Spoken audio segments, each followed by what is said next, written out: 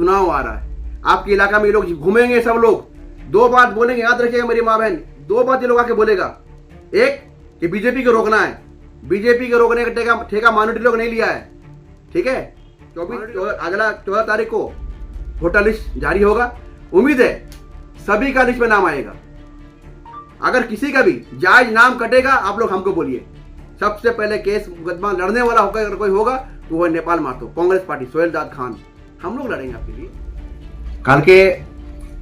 कल हमको रिपोर्ट मिला, कल हमको खबर मिला कि पुरुलिया के 22 नंबर वार्ड काटिनपाड़ा में एक तो प्रोग्राम तृणमूल कांग्रेस की तरफ से किया जा रहा है, जिसमें पुरुलिया डिस्ट्रिक्ट के युवा प्रेसिडेंट ने जो बात बोला है, हमारे प्रेसिडेंट श्री नेपाल महतो और हमारे नेता राहुल गांधी के बारे में। सबसे पहले मैं आपको बता दूं कि उन्होंने कल बताया कुछ चीजें जो मुझे भी समझ में नहीं आया, कि वो बेवकूफ अपने आप को बना रहा है कि बेवकूफ पब्लिक आवाम को बना रहा है। वो बोल रहा है कि एसआईआर हो रहा है पश्चिम बंगाल में, तो इसको राहुल गांधी क्यों नहीं रोका, वो बोल रहा है। मेरा बोलने का मकसद है कि आदमी लोग क्या इतना बेवकूफ है हमारा समाज के। राहुल गांधी एक ऐसा नेता है जो ओपन इलेक्शन कमीशन से गणेश कुमार से लड़ रहा है। पूरा हिंदुस्तान ही नहीं, पूरा दुनिया देख रहा है कि अगर कोई इलेक्शन कमीशन से लड़ रहा है, वो है एकमात्र वो है कांग्रेस, वो है राहुल गांधी। ये हम सब जानते हैं, हमारा नारा ही है कि वोट चोर गद्दी छोड़। तो राहुल गांधी लड़ रहा है, अब वो बोल रहा है कि पश्चिम बंगाल में एसआईआर हो रहा है, राहुल गांधी क्यों नहीं रोक रहा है। अरे भाई, आप बेवकूफ किसको बना रहे हैं आप। पश्चिम बंगाल में कौन है, पश्चिम बंगाल का चीफ मिनिस्टर कौन है, राहुल गांधी है कि हमारी मैडम ममता बनर्जी है। तो एसआईआर कौन करवा रहा है, ममता बनर्जी के राहुल गांधी। बंगाल में एसआईआर हो रहा है ना, तो आप बंगाल में जब एसआईआर हो रहा है तो आप बंगाल में बीजेपी को आप इजाजत क्यों दिए, इलेक्शन कमीशन को आप इजाजत क्यों दिए कि हमारे बंगाल में एसआईआर आइए आप कीजिए। आपने तो एसआईआर को वेलकम किया, आपने एसआईआर करवाने के लिए अपना 90,000 टीचर को आपने लगा दिया एसआईआर काम में, स्कूल कॉलेज सब गया। 90,000 टीचर किसका है, राहुल गांधी का है कि ममता सरकार का है, वो टीचर किसका है। आपने 90,000 टीचर लगा दिया एसआईआर करवाने के लिए। आपने करीब 2,000-2,500 करोड़ इस पे खर्चा किया ताकि एसआईआर हो। तो पश्चिम बंगाल में एसआईआर कौन करवा रहा, राहुल गांधी के ममता बनर्जी, ये मेरा एक सवाल रहा। दूसरी बात ये बताया जा रहा है कि नेपाल महतो हर बात में केस मुकदमा करता है, यहां पे केस मुकदमा क्यों नहीं किया। उसका जवाब यह है कि पश्चिम बंगाल में एसआईआर का विरोध सबसे पहले अगर कोई किया है वो तो कांग्रेस पार्टी किया है। और ये सिर्फ पश्चिम बंगाल में नहीं, पूरे हिंदुस्तान में ये आप सब जानते हैं कि एसआईआर के खिलाफ अगर कोई मोर्चा निकाला है वो है राहुल गांधी। रहा सवाल नेपाल महतो का, पुरुलिया डिस्ट्रिक्ट में आप सब जानते हैं कि नेपाल महतो एक ऐसा नेता है कि हर चीज में वो लड़ते हैं। अभी आप बताइए, पुरुलिया डिस्ट्रिक्ट में ज्यादातर प्राइमरी स्कूल, मैं अपने भाइयों से कहना चाहता हूं, ज्यादातर प्राइमरी स्कूल जो बंद हो चुका है, क्यों बंद हुआ, उसमें टीचर नहीं है। जो 2-4 स्कूल खुला हुआ है, मैं आपके माध्यम से बोलना चाहते हैं, जो 2-4 स्कूल खुला हुआ है प्राइमरी स्कूल, आप जाके देखिए उस प्राइमरी स्कूल सब में टीचर नहीं है। क्यों नहीं है, वो सारे टीचर्स यहां से ट्रांसफर लेकर चला गया अपना होम टाउन में। तो वो सारे टीचर का जगह खाली कौन किया, तृणमूल कांग्रेस। वो सारे टीचर का ट्रांसफर कौन किया, तृणमूल कांग्रेस। इसके खिलाफ नेपाल महतो हाई कोर्ट में केस किया है कि ये सारे टीचर जो जहां ट्रांसफर होकर गया है वापस आ जाओ, जो जहां पर थे। आज हमारे बच्चे पढ़ नहीं पा रहे स्कूल में क्योंकि टीचर नहीं है प्राइमरी स्कूल में। ये ग्राउंड लेवल का बात बता रहे हैं, टीचर नहीं है स्कूल में। सारे टीचर्स को इन्होंने ट्रांसफर देके भेज दिया। दूसरी बात नेपाल महतो के बारे में बता रहा हूं, हम सब जानते हैं कि बालू के लेके क्या कलंकारी हो रहा है। आज बालू का दाम 700-800 से लेकर शुरू था, आज वो 4,000-5,000 तक पहुंच गया है। एक ट्रैक्टर बालू 4,000-5,000 का हो गया है। इसके खिलाफ भी नेपाल महतो केस किया है कि बालू का दाम एक निर्धारित एक तो फिक्स होना चाहिए ताकि लोगों को मालूम पड़े कि बालू का रेट इतना है, 1000, 2000, 1500, 3000 जो भी हो, एक फिक्स रेट बालू का होना चाहिए ताकि लोगों को मालूम पड़े कि बालू इतना मिल रहा है। आज आप हम टाउन की बात कर रहे हैं, आज 23 वार्ड में हाउसिंग फॉर ऑल, जब हम लोग म्यूनसिपालिटी में थे 2015-2020 का बोर्ड में हाउसिंग फॉर ऑल का जो घर सब पास हुआ है पूरा टाउन में 23 वार्ड में, उस टाइम बालू का रेट रखा गया हुआ था 500-700 रुपये, 500 या 700 बालू रेट था।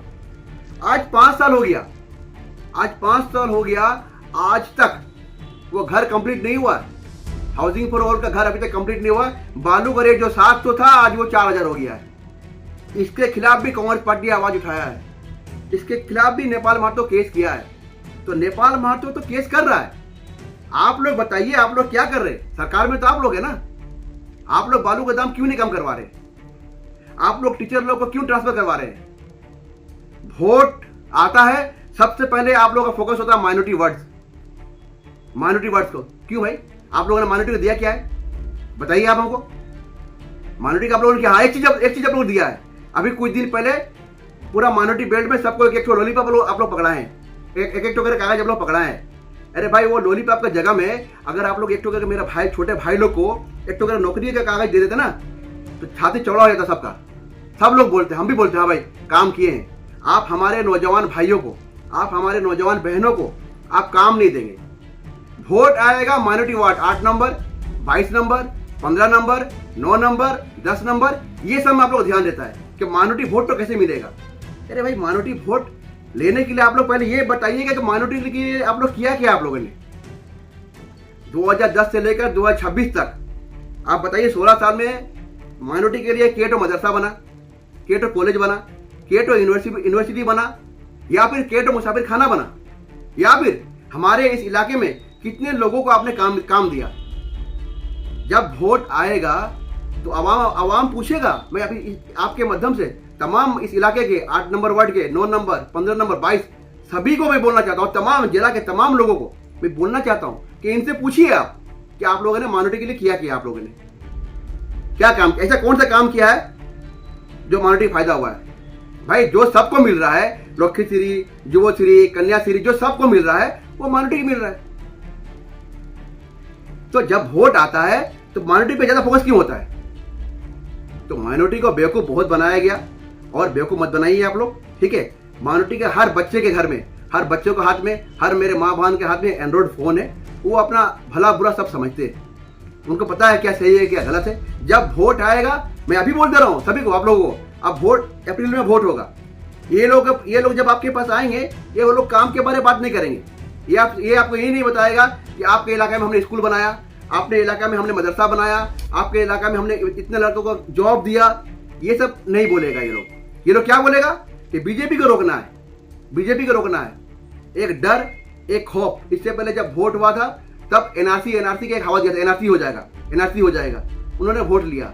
अब क्या कर रहे हैं ये लोग? एसआईआर का नाम में आपको डराया जाएगा, धमकाया जाएगा। याद रखिएगा, हमेशा कांग्रेस पार्टी लड़ा है और आगे भी लड़ेगा। एक भी आदमी का नाम अगर कटा तो सबसे पहले केस मुकदमा करने वाला होगा नेपाल महतो। जायज आदमी का, जो गलत है वो गलत है, जो जायज आदमी का, एक आदमी का भी नाम कटेगा तो सबसे पहले हाई कोर्ट, सुप्रीम कोर्ट करने वाला होगा नेपाल महतो। ये मैं आप लोगों को बोल दे रहा हूं, घबराने की कोई बात नहीं है। मैं तो इस इलाका में घुमा हूं, सभी के पास डॉक्यूमेंट्स है, हर एक आदमी के पास डॉक्यूमेंट्स है। भाई, आपको इतना ही अगर माइनॉरिटी का इतना ही फिक्र होता तो आपने तो बोला था कि हमारे मुंडू केटे जाबे, जो दिन পর্যন্ত আমি বাঁচিয়ে আছি, আমি পশ্চিম বাংলাতে এসআইআর হতে দেব না, আপনি বলেছিলেন না? তাহলে পশ্চিম বাংলাতে এসআইআর কি করে আরম্ভ হলো? কেন আপনি 90,000 টিচারকে দিলেন? কেন আপনি কোটি কোটি টাকা খরচা করলেন? অনেক রাজ্য আছে যেখানে এসআইআর লাগু হয়নি, যেমন আমাদের চেন্নাই, মাদ্রাস হলো, চেন্নাই হলো, কেরালা হলো।